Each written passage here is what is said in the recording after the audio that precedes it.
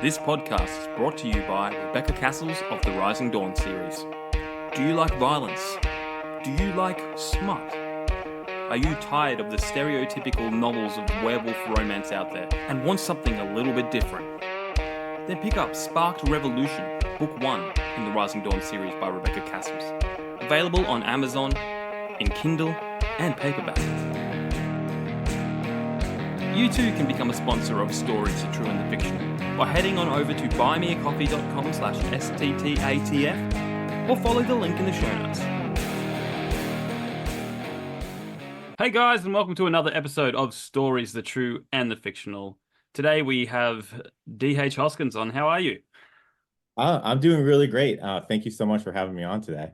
Yes, and I will say that when I posted a little maps video from Annie Cormack, D.H Hoskins was he was quick to comment, so I thought, you know what, let's talk some fantasy maps from people that enjoy them and stuff like that. But before we dive into that, my favorite question to ask everyone that comes on is, who is D.H Hoskins? Yeah, that is a very deep philosophical question. I like to think of myself as an author, fantasy author currently. I will probably dabble in other things as well. I live in the New England area, just outside of Boston. So I've been writing for quite a long time, but I've only recently had my debut. It was kind of just something that's been a hobby that I've just like slowly just getting more and more momentum behind it, of like doing it more and more consistently. Like the more you do it, the more you want to do it, and just keep getting into that habit of it. So I've recently got to the point where I'm like writing pretty seriously, and I felt comfortable with something enough to put it out there. So that's where my debut is. So yeah, I'm a fantasy author. I have two French bulldogs, Millie and Rufus. We like to go on walks and hikes and everything like that. I have a wife, and we live just outside of Boston. So yeah, that would sum me up pretty much, I think. I love that you mentioned your dogs before your wife. You know, it's yeah, she would be fine with that. She'll mention them first too. Yeah. That's good. That's Those great. are probably the key components. Yeah. Yeah. Awesome. Well, as all our listeners know, we like to do icebreaker questions just to get to know the guest, not just their work, but we'd like to get to know them personally. And we think these questions it's a good way to get to know people. So if you're ready, the first one is if you could get rid of one thing in the world, what would it be? All right. So first of all, how much of this is if this feels heavy for an icebreaker, to be honest with you? Because I was like scratching my head over it. I'm like, I could say like the most like trivial personal thing to me, like mosquitoes or like commercials. But like really, I mean, and this will probably sound like a Miss America answer or something like that. But like if you are being able to get rid of something, it's like hunger or poverty or something like that.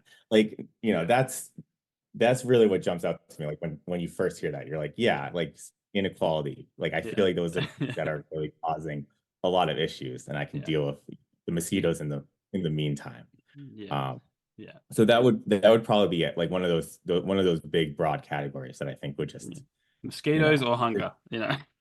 No. And hunger does affect me. When I do get hungry, it's not great. So I probably would go with hunger. I think that would make the world, help everybody out. Yeah. Well, most people go for the Miss Universe political answer, but then like we do really encourage selfishness, Yeah.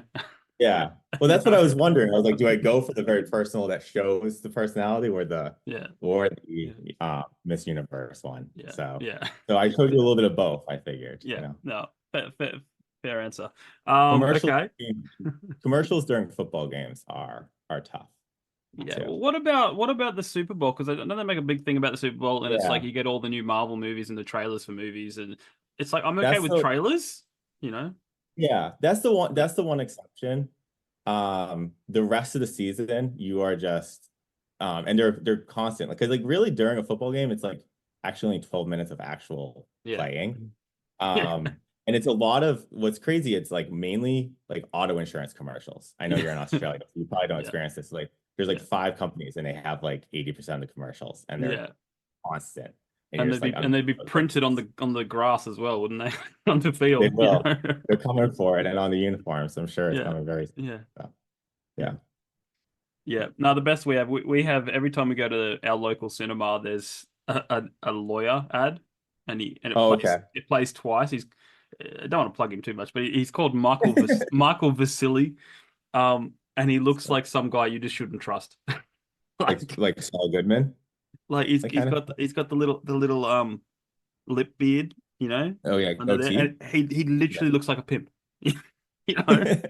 And it's Is it just like it's injury he's lawyer kind of thing? no, I think they do everything, but I should know because I see the anytime I go to the movies, I see his trailer, Mhm. twice, like Yeah. twice. He gets two ads before the, you know, Like you know, one after the other? so they play one start, then they play a whole lot Yeah. of other ads, and they play him again, you know, Yeah, and you it's can't get just rid, can't get and away you, from you it. can't, but he's stuck in your head, but he doesn't look like someone you can trust, so um, No. he I won't mean, be that's listening, so he won't sue me, so it's all right. okay. Yeah, definitely. Yeah. All right. What's something on your bucket list? On my bucket list. So like outside, I'll get outside of like goals from for the book and stuff like that. Because obviously like everyone probably has those lofty goals of Yeah. like Yeah. getting pretty big with your book. But from like a travel perspective, one thing I would like to do is go very far north at the solstice and like Mm. see like when the sun is out full day. I just Yeah. think that would be really neat. You can go to like Norway or Alaska, somewhere up there, and Yeah. just like kind of hang out and just see that effect all day. Yeah. Which is always very cool. Like the furthest I've been is like Scotland, and it's like Yeah. we're there during the solstice, and I think it's out at like 10:30, and it was just like I understand what's happening, but I'm still Yeah. like blown away by it. Yeah. You're like Yeah.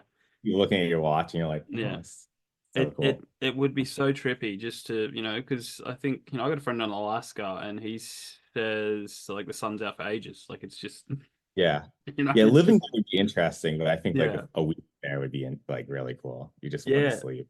And it's like even with like where I live in Australia, I'm on the East Coast and the sun Okay. rises on the East Coast, but you can fly all the way to Perth, which is the Western Australia, and you can see Yeah. the sun like goes the other way, like it sets on the water, Yeah. and it just does your Mhm. head in. And Yeah. there's a different time zone over there. It's pretty funny. Oh, Um, sure. Yeah. but the other thing is that's really weird is you can fly from Sydney to New Zealand, and it's a quicker flight than Sydney to the Perth in Western Australia. Yeah. Like That is it's wild. just I can go to another You country underestimate how quicker. big it is, right? Yeah, it's massive. Yeah. It's massive. I've only seen a little bit of it, but Mhm. all right. Now Ryan's not here, but he judges this one really harshly. But he That's also he scary. also gives you Okay. two options. He gives you two options. One, Yeah. he says, "Okay, what is the greatest sitcom ever made? And if it's not your favorite, what is your favorite?" So you can Okay. essentially have two choices. Yeah. That makes sense. Because when I listened to the one with Amy, it was like, it was, so what's your favorite, I think? And then Yeah. you sent me the questions, and I was like, Yeah. those are two different answers, I think.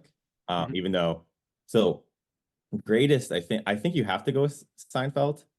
Again, I feel like that's like almost going back to the Miss Yeah. Universe thing, like the Yeah. safe answer. Yeah. Um, and it feels like kind of cliche. I definitely watched a ton of it. Like I was too young to watch it real time when it was Mhm. out, but like Yeah. all in the syndication coming out home like during middle school and high school, like we were watching that like crazy. Yeah. And now I haven't rewatched it in some time. But I still think that's like clearly just the blueprint for it. Yeah. For like you actually have people that are awful, and then Yeah. some shows to run with that to very good effect. And then my favorite, so the way I would answer that is the one I rewatch most frequently is Parks and Rec, probably. Yes. Um, Yes. that gets the most mileage for Yeah. rewatching. That one I think I'd have to say.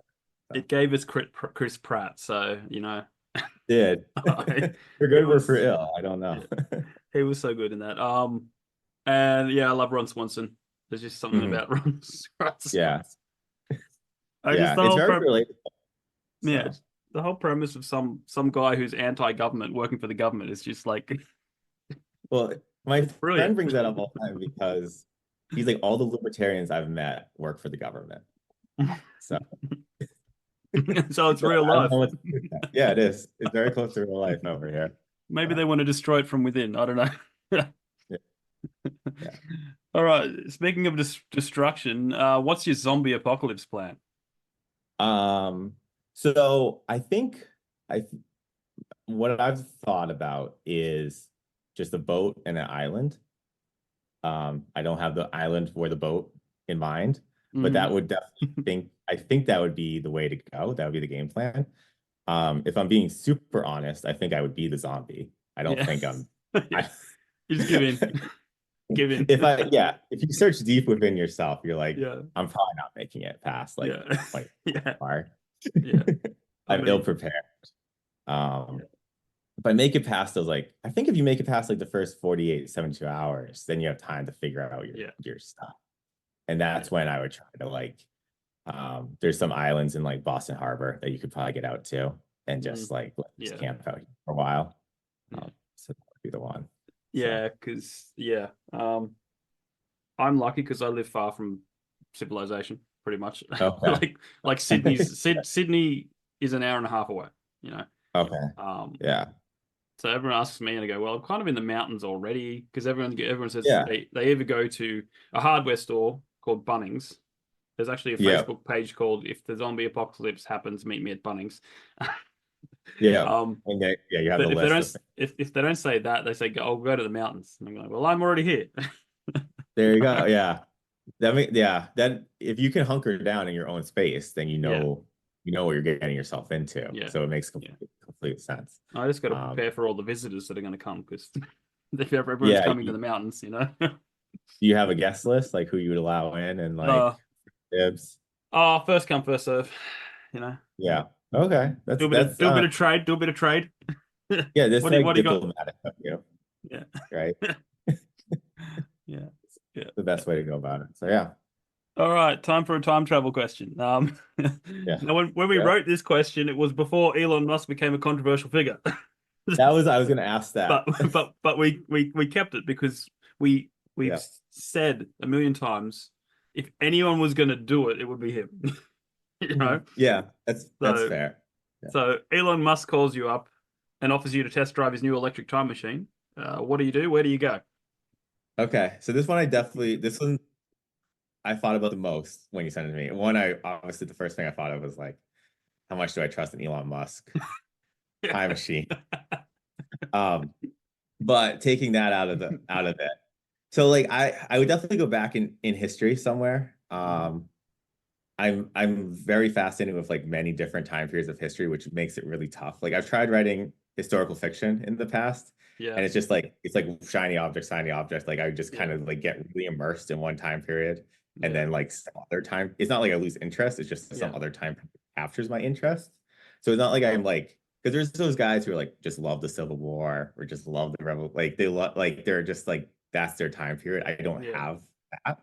Um, so it is hard to pick like a specific time, but I would be super interested in going back yeah, somewhere just to like see slice of life, like what it would be actually like. yeah. One thing I thought of, which could make it very interesting, is like to make a game out of it. Is someone just sends you back, doesn't tell you what time you're going to, Oh, and and you you just gotta have to guess. guess. Yeah. Similar to like, have you seen that game where they do it with Google Maps, where they'll show you like a frame of Google Maps, like Yeah. Street View, like you know how you can drop a guy Yeah, down yeah, there yeah, yeah. Street and you preview, get yeah. like this 360 Street View. They do that as a Yeah. game. We'll try to guess what country they're in. Oh, wow, that's awesome. I gotta Yeah, do so that. it would be unfortunate to only have one go at it because like Yeah, if you don't get it right, that kind of is tough. yeah. But if you had like a time machine for like a few hours, I would try to do that Oh. maybe. And So just like you'd go send me back. Don't tell me where, you know. And, yeah, yeah, no, and as long as I have a way to come back, I'd be happy. Because there's no period of time I'd want to actually live in. no, no, They no, all seem no, terrible. no. Well, I don't know. Like you know, 80s, 90s. You know, go back Yeah, 20 years.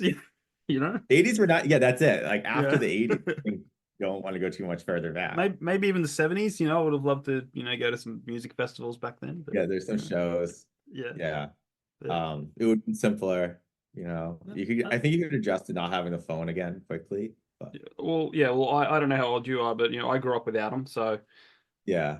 I I was just can on the top yeah, of it. I can quite easily just put my phone down and like because here in Australia, this happened, I think 6 months ago. I think the internet went down or Facebook stopped working on one of those things, and people were calling emergency services. Oh yeah. They're going, the internet's not what, and they're going, you're like, why are you The calling? full internet or like just It was Facebook? something to do with phones or I can't Uh, remember what it was. I think it was it may have been the internet for like 2 hours or something, 2 hours, or an hour. yeah. Like it was hardly anything, Yeah. and people were And they freaking can't out. they can't And use the internet to talk. yeah, and I'm going like, why are you calling? Like, Mm-hmm. yeah, Just means you don't have that's to work today. Like, they're probably all TikTokers, this younger generation just going yeah, it is ah. wild. It Like is wild how I yeah. probably mentioned it on a recent podcast, but like where I live, the wind blows and the power goes out. It's Oh, like really? we had the power went out for I think it went out at 6 p.m. a few weeks ago, and then it came back on at like 2 o'clock the next day in the Wow. afternoon. You know, Yeah, so you're um, just there's you're no just power. I have do you no have a power. generator? Yeah. Are you Oh, just we got a generator. We yeah, got a yeah, but generator, that doesn't and help with yeah, but it's like it can't run the whole house. So it's like here you can use the oven or the TV, and there's this near the window. But yeah. I just ended up I'm gonna go out to the movies. I went out and saw Twisters. Oh, there you go. Yeah, Oh, and it was wind that knocked it out. yeah. So that's That was that's my kind of thought because I got there and yeah. I was going like Twisters or what was it? A Quiet Place, the new A Quiet Place that they did. Yeah. Um, which is supposed to be good, but no, I was just like I don't know. I just had wind in my in my head for some idea, and Yeah. I went and saw it, and I really And I like that also movie. think watching the Quiet Place and then going back to a house with no electricity would be Yes. not Yeah. ideal. Yeah. Yeah. Yeah. Yeah. No. The wind is a little less intimidating. So Yeah. Oh, yeah. I mean, lots of trees. or maybe not intimidating, but like less creepy, I guess, is the Yeah. Yes. yeah. Yeah. At night, maybe not so much. It is a little creepy Yeah. Yeah. because Yeah. where I live, there's one street with street lights. Okay. Yeah, just Yeah. one street. So you're up, how high up in the mountains are you? I'm not that high up. I'm on the Sydney side of Okay. the Blue Mountains. Okay. So the other side of the mountains is higher and it gets snow, but we don't get snow. Um, I can't Do you remember the get exact height do you we get are. snow at all? Like in No, never. Wow. not where I live, but Okay. um, other end of the mountain. So if I drive an hour the other way, then I'll get snow. Okay. Yeah, Gotcha. yeah. But I've never seen snow. Um, You've never done the hour drive? no, no, well, because the roads close. Oh, okay, yeah. Every time it's Yeah. snowed, I go, I'm gonna go check out the snow, and you get halfway there, and they go, road closed. You're like, I'm good. They're like, I want to see the snow. Yeah. No, but no. No. I will one day. I will one day. Yeah. That could be your bucket list Yeah. item. I did climb Mount Kosciuszko, which is Australia's highest mountain, a few months Okay. ago, and that Nice. has snow on it sometimes. Okay. Like in winter, it has snow, Oh, but it's wow. also the most underwhelming climb you could ever. Really? Like it's That's the literally tallest in Australia? it's the highest mountain we have, but Okay. you drive to the parking lot, you get on a chairlift, it takes you all the way up, and then you walk 8 kilometers. I think it's no 6 kilometers on a Okay. slight incline on a very nice Oh, path that they've made for you. So it's yeah. tourist. It's Yeah. 6 kilometers is still pretty long. it No. is. Yeah. It is, but it was so easy. It's the easiest climb. Like it's not even a climb. It's a gentle walk. Yeah. We're like a large country for that to be Yeah. the highest Mm. mountain is pretty intense. And I got to the top there, and I met a guy from Chicago. All right. Yeah, There you go. it's just like tourists. Yep. Yeah. Yeah, definitely. Yeah. Anyway, I think that's the icebreakers done. All right. Um, Hopefully I handled those okay. you passed. I won't, You passed I with won't flying get colors. won't get yelled at for the sitcoms. No, I hope. no, you won't. Yeah. Maybe one day we'll write a list of all the sitcoms mentioned, and Ryan can do a little video on the I would best. like to see that. Yeah. Get more perspectives. This podcast is brought to you by Martin Kearns and the Valor of Valhalla series.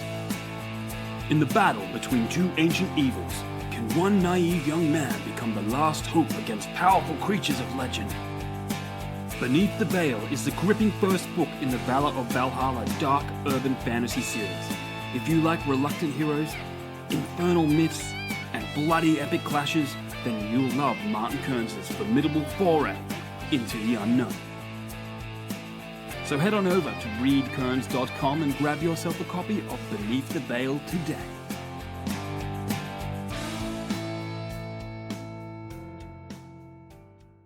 Well, let's get into your writing. Okay. You mentioned it was like basically like a hobby that you just started taking more seriously. That sort of Yeah, thing. well, I mean, I always like had the idea of writing and publishing and putting books out there. And like what I mentioned during like the bucket list question was like those lofty aspirations of, you know, big time publishing and, you know, HBO show at some point or something like that. Like I've always that's always been like, you know, something that I've aspired to even since like middle school, high school. It's just something I've been interested in. So I was writing, you know, pretty seriously. I guess I shouldn't have exactly called it a hobby, but like just like I was writing and like trying to figure it out. And like, okay. I felt like just over these years, because that high school was 15 years ago. It's like stops and starts, and like I want to take it seriously. Yeah. I take it seriously for a long time. You put it down, things get in the way with jobs and like college and grad school. But it was always there, and it's something I always enjoyed. And then it's like last 5 or 6 years, so it's like really getting more and more serious. And I think that's really just this like cumulative effect of just doing it more and more frequently. That like you see the progress you're making, you see yourself getting better, and that kind of fuels you to keep doing it more. And you get better habits of like, all right, I have an hour tonight. I can crank out something. I know exactly what to do. Whereas like when I was 20, if I had an hour, it's like open up the computer, look at a screen. So all of those things kind of coalesced.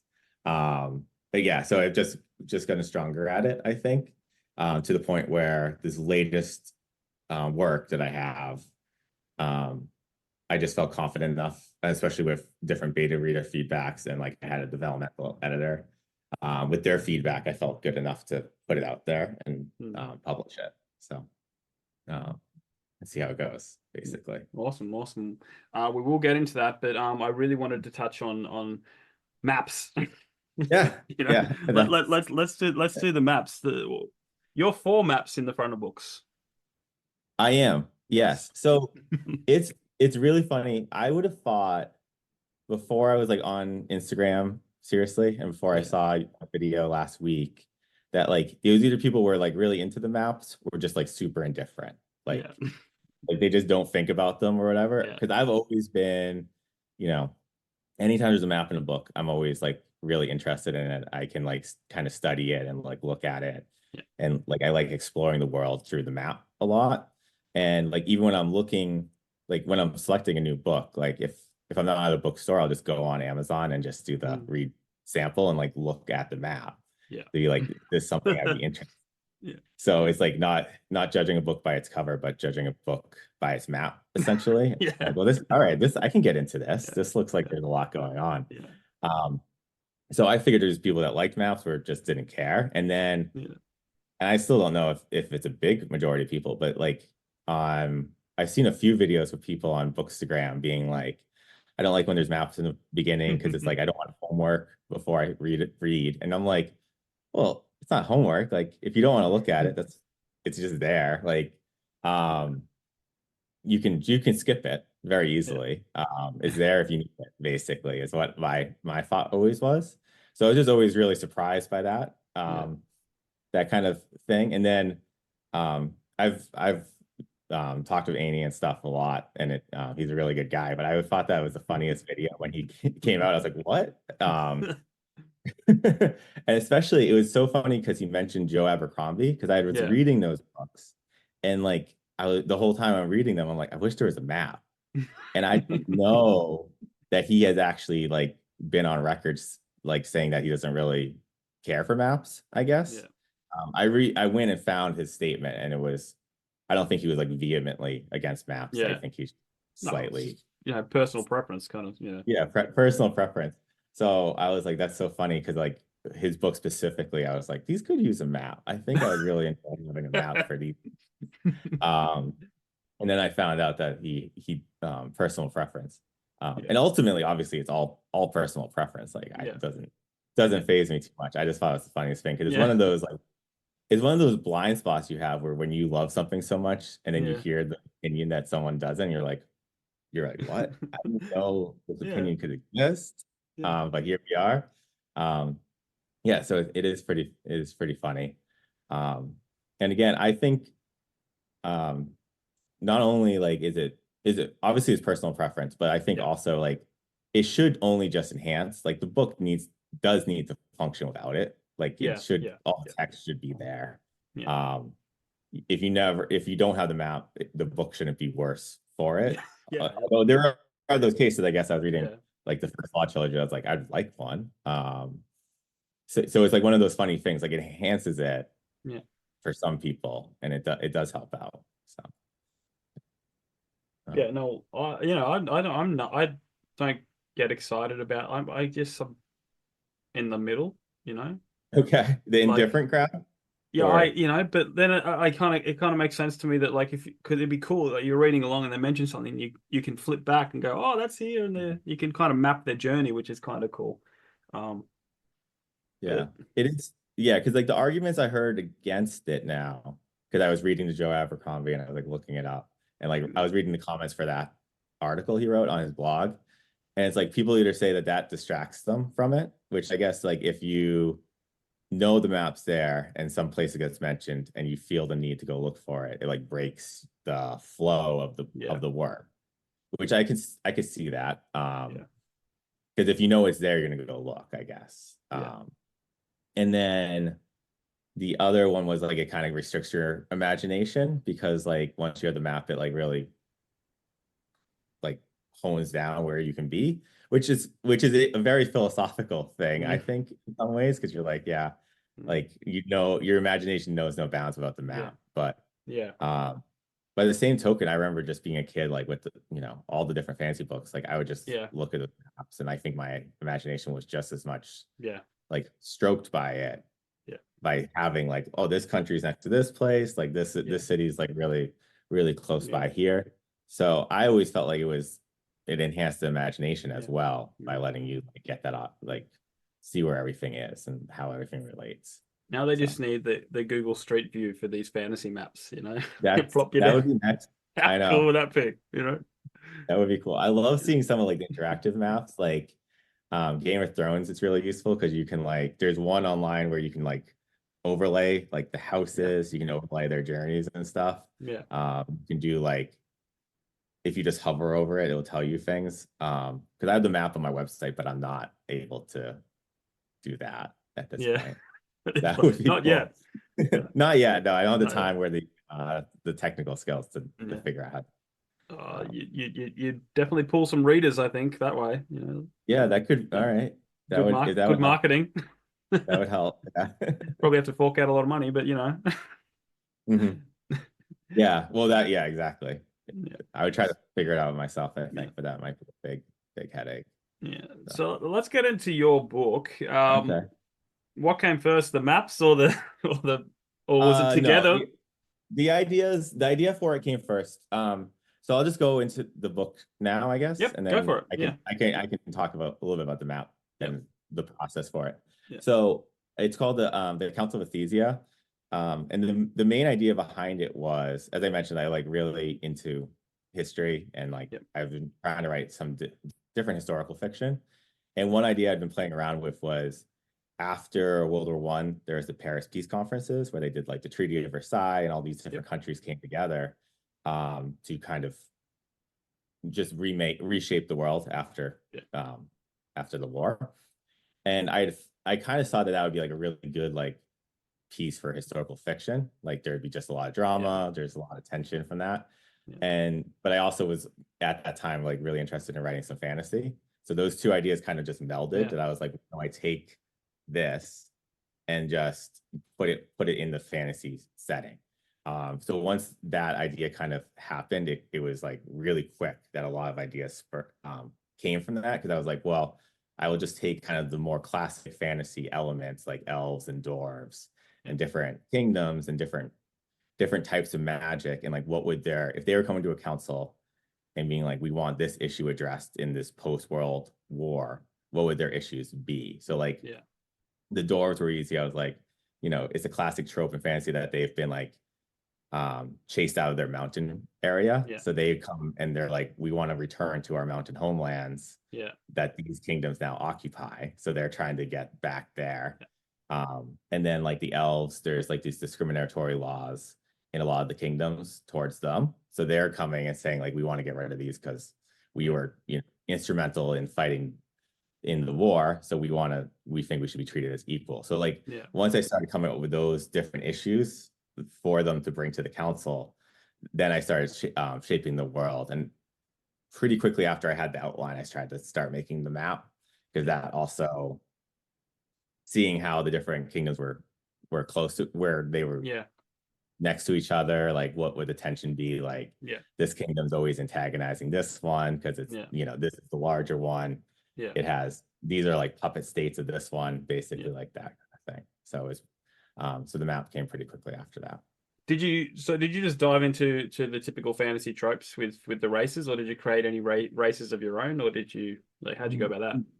Yeah, no, I definitely drew on kind of the more tropey, I would say more tropey elements of it. Which I always was like, that could go either way. Like people can be like, I really like the classical style, and I'm hoping that you're now seeing it like in a newer context, because they're in this like political arena where they are there's alliances being formed and different factions and everything like that. So in a sense, and I think this is a little bit more like subconsciously, but I wanted to keep them a little bit more familiar, because then it's ideally, there's already a lot that you have to gather. Like the reader has to learn a lot about this world for these political conversations to make sense.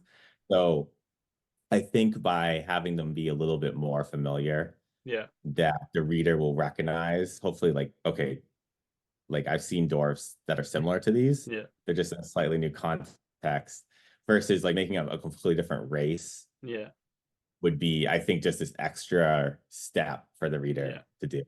So that was kind of the conscious, unconscious decision making behind that.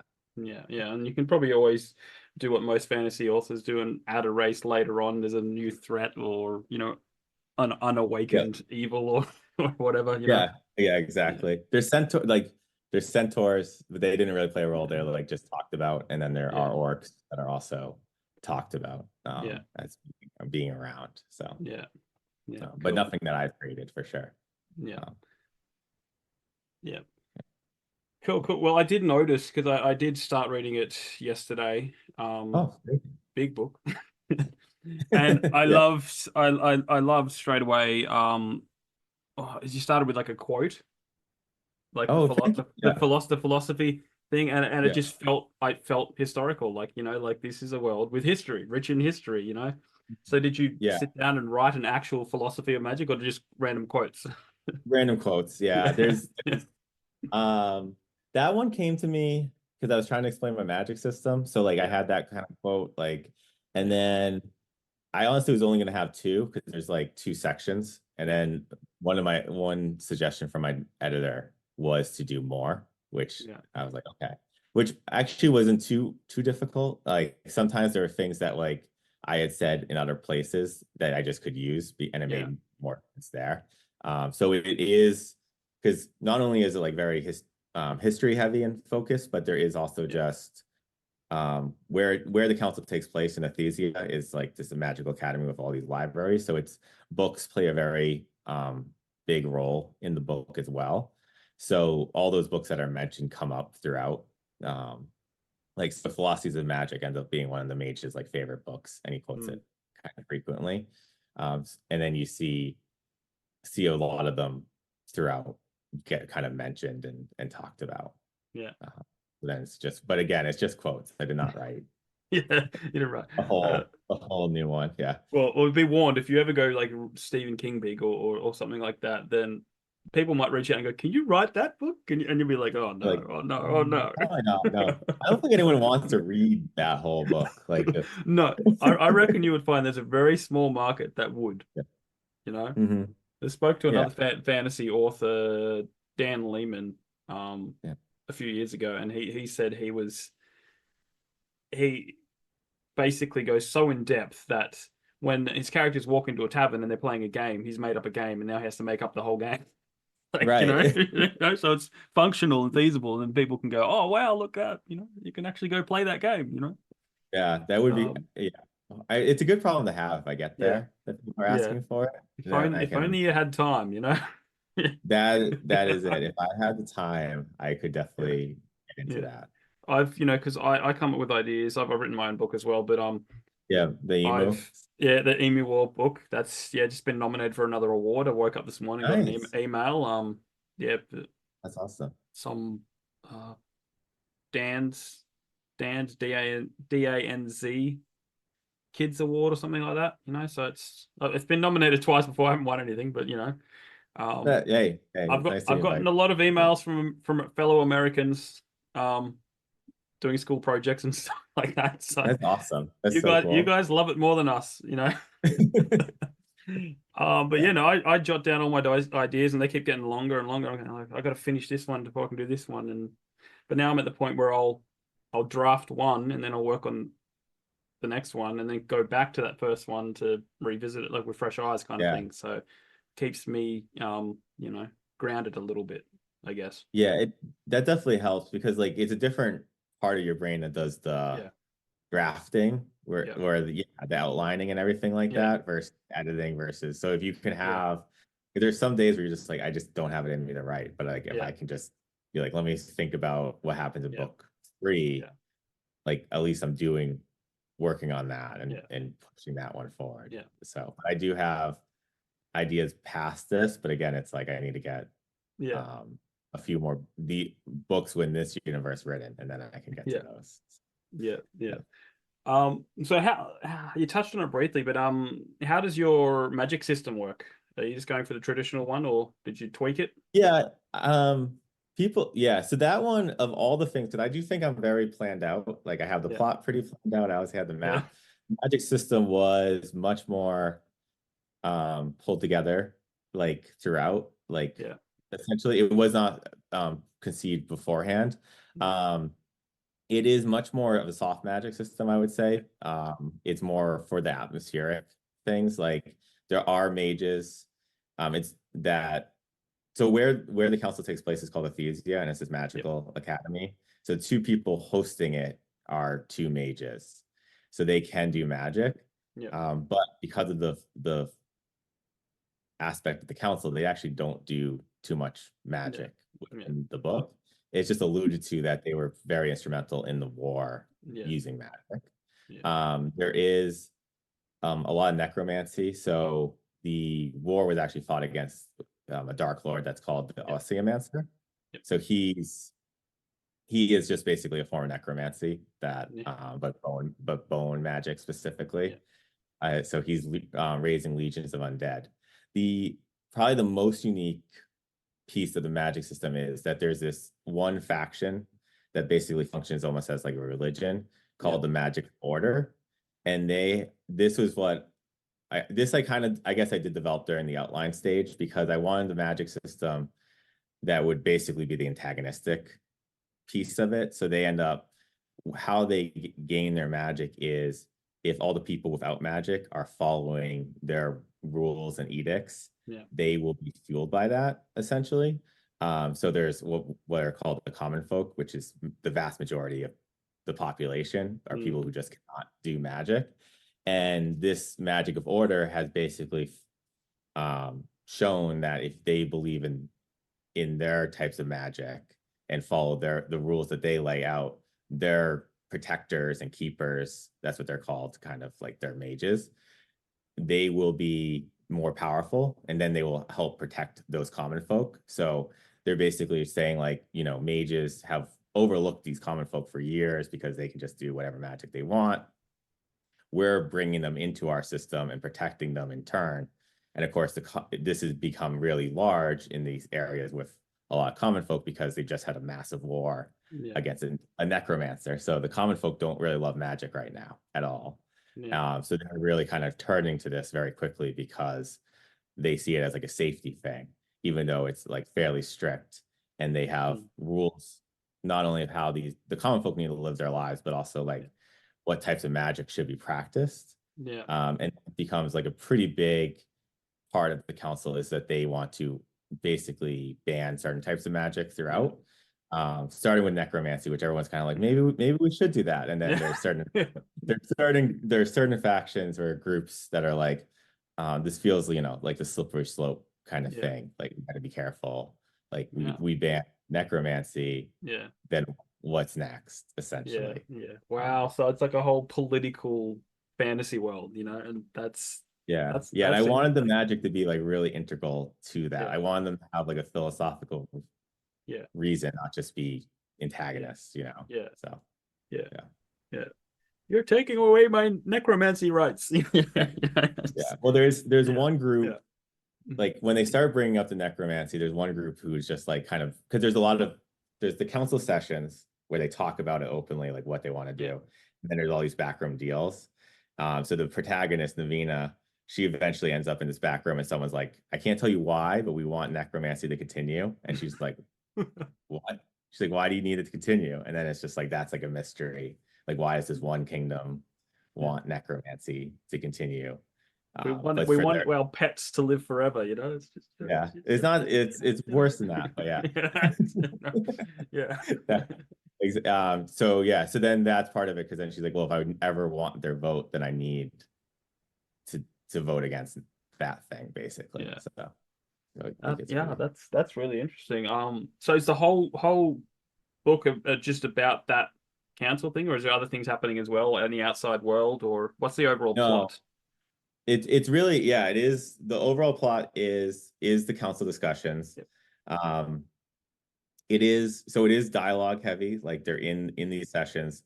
I do think that it introduces a fair amount of tension, because there are votes coming up, and like it's like, if you vote for this thing, we'll vote for this thing. Without giving too much away, it does. So like the first half is way more in that council setting, and then a few things happen where certain members are no longer there, and it kind of sets off other elements that they need to kind of like. This council is still going, but there's other things that are happening in the background.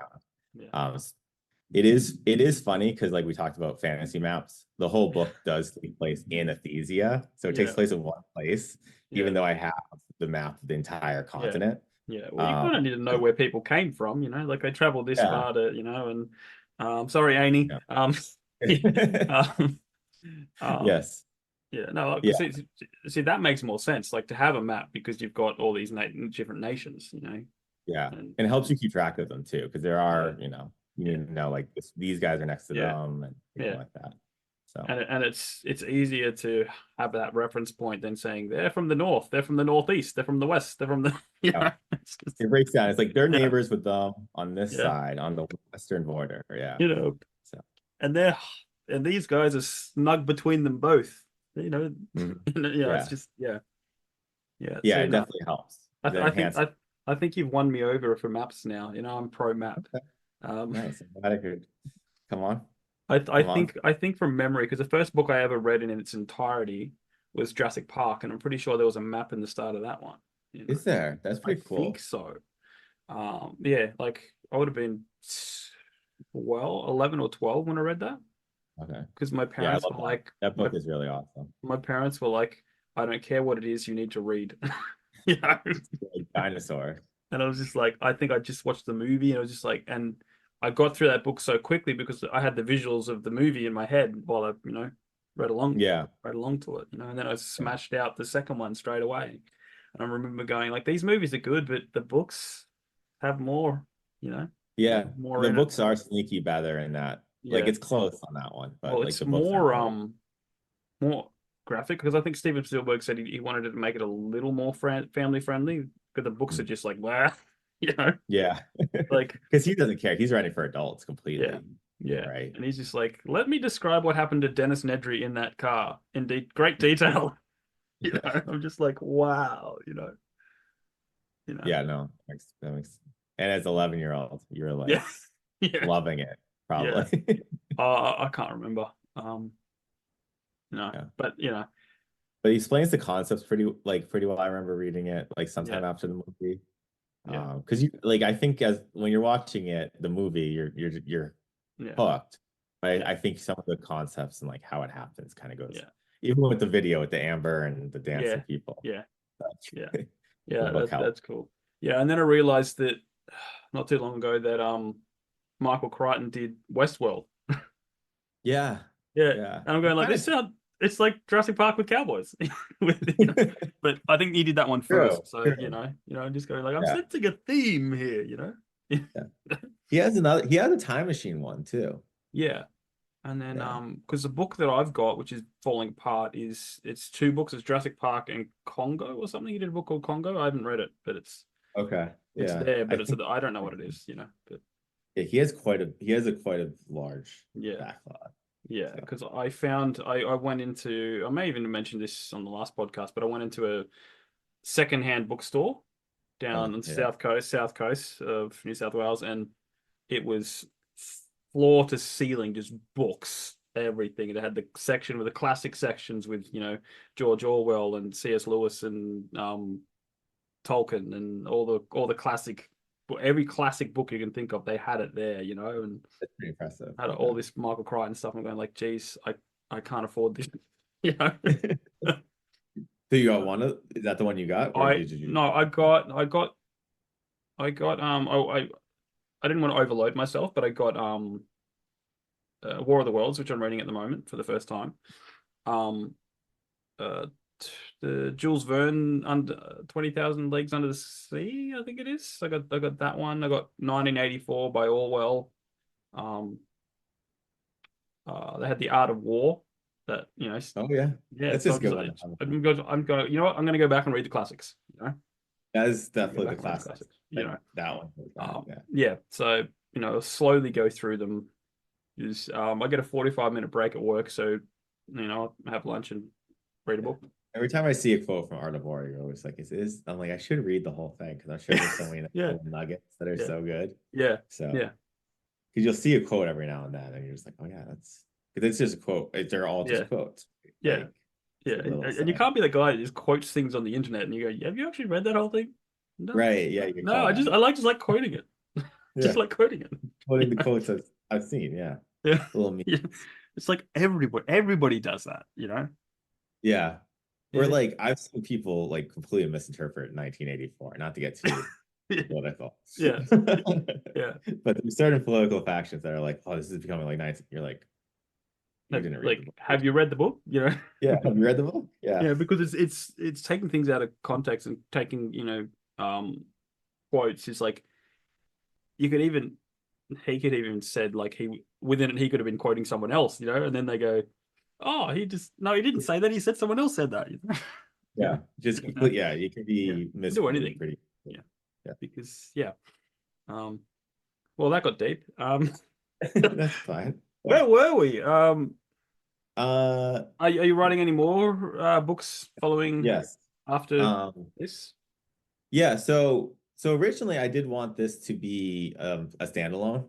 Yeah, Like I just had the original concept yeah, of the council like in a fantasy world. And I got to the end, and with beta reader and editors' feedback, it was like maybe people kind of wanted more, I could yeah, sense. And then I also so I started thinking about it, like what would actually happen after, with how it ended.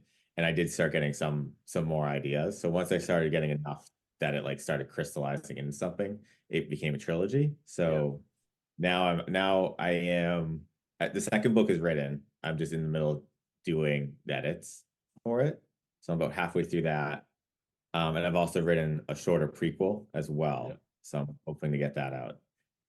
And then I would have to write the third book that's only like yeah, slight outline form, like the yeah. the slimmest of an outline, Yeah. and it's there. So yeah, so You got plenty of that's what time I'm to figure prepared that out. for. Yeah, yeah, I'm Um, hoping I'm like, get through book three, and then like I do like to give myself time in between, like, finish this draft, yeah, give myself time before I do the proofreading. So maybe I'll do like yeah, a really strong outline of book yeah, three. Which it's nice to have that luxury, because then like if you want something to happen in book three, you can kind of go back to book two and yeah. like make it look like you knew it was going to happen the whole time. Yes, yes. Yeah, yeah. Yeah. Instead of, not planning it out like who is it? There's a Eric Kripke who did Supernatural, the TV Okay. show Yeah. Supernatural. Yeah. I'm a fan of the first 5 seasons and that's it. You know, Right. Yeah. but There's a few shows like that. Yeah. he wrote 5 seasons and slotted everything. This is a twist. This is Yeah. everything that's going to happen, and you can go back and you can see characters acting a certain way from Hmm. 3 seasons before the twist.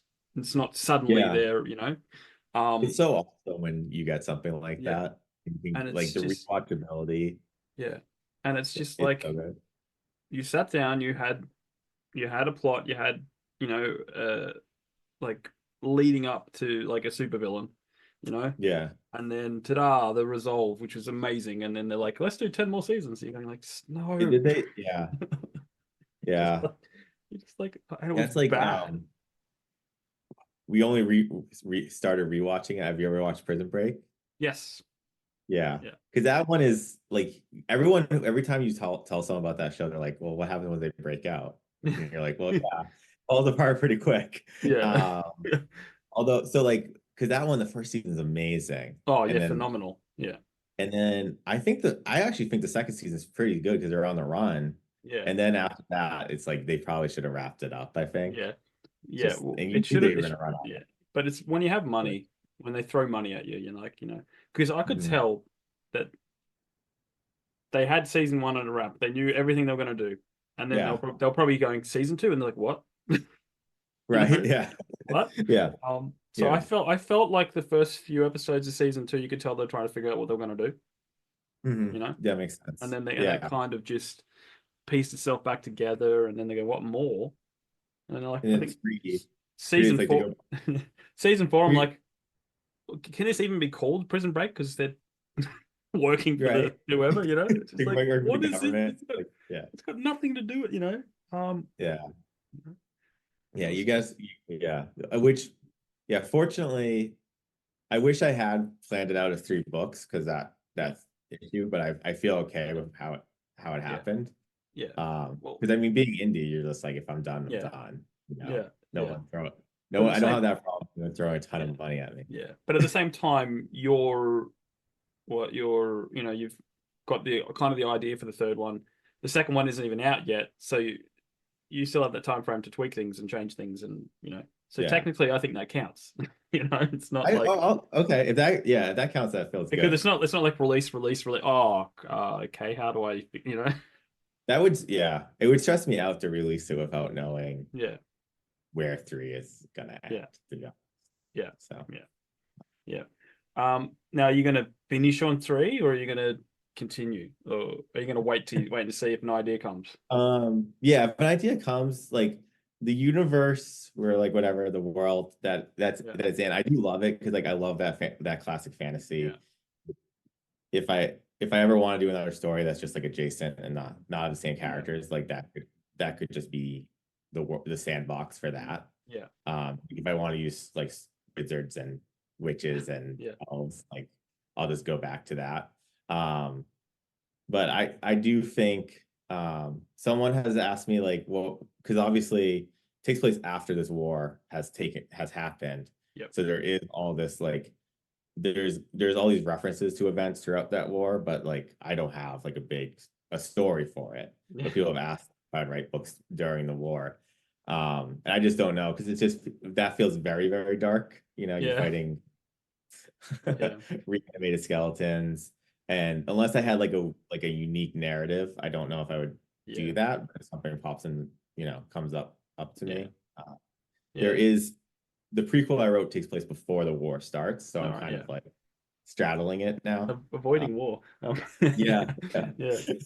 Oh. So Well, look, no, look, I'm sometimes things you need to be left to mystery, left to the imagination kind of thing. Because like, bringing it back to the movies, when Hugh Jackman made an Origins Wolverine movie, I felt right. that kind of took away from the whole Yeah, mystery side of it. You know, I we agree. all agree that was a bad movie. It was a horrible movie. Yeah, But then if we didn't have that, then we wouldn't have gotten Deadpool and we wouldn't have gotten Logan and yeah, stuff like that, you know. But yeah, it's just I love mystery. I love having a little bit unanswered questions because it yeah. keeps you wondering, you know. It's like the midi-chlorians in Star Wars. Yeah, Like you don't need to explain this, yeah, really. yeah, Yeah, and like people, piecing it together on their own, I like a lot. Like, yeah, because there's key events that happened during the war that I just dropped little clues about throughout, which yeah, I really enjoy doing. And then ideally the reader can kind of just connect yeah, different conversations and figure out what happened. yeah, Which is, I think, hopefully enjoyable yeah. for them. No, mystery. I love a good mystery. You know, I love questions that are unanswered. I know a lot of people don't. I mean, there's a level where you can do it at. Like, you know, like there's like not like the Sopranos ending. You know, you're just like, you know, but like, Yeah. um, you know, Yeah, you need to set, but yeah, you can leave. There's certain things you can leave yeah, unanswered and certain things yeah, you can't, obviously, yeah, which is cool. yeah. Like the end of Batman. Oh, what was it? The Christian Bale Batman, the last one, Dark Knight Rises. You know, it's like Yeah. you wonder at the end there. You know, you wonder.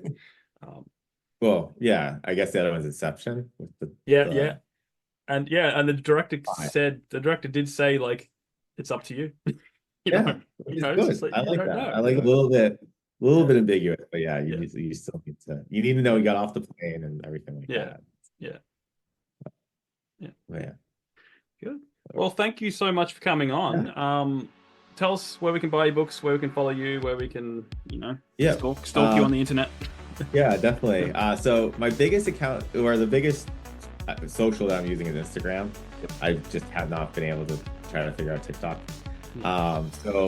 But that Instagram is D_H_Hoskins. And then my website is just dhhoskins.com. And then it's available Amazon, and then Kindle and Kindle Unlimited. And then also some smaller independent bookstores. So like Salient Books is online independent bookstore. And then there's a few other local ones near me. But yeah, I think most of where you'll find out new information is Instagram. Yeah, cool. Sweet, guys. All that information will be in the show notes. And remember to check out our sponsors, Rebecca Cassells and Martin Kearns. Their links in the show notes too.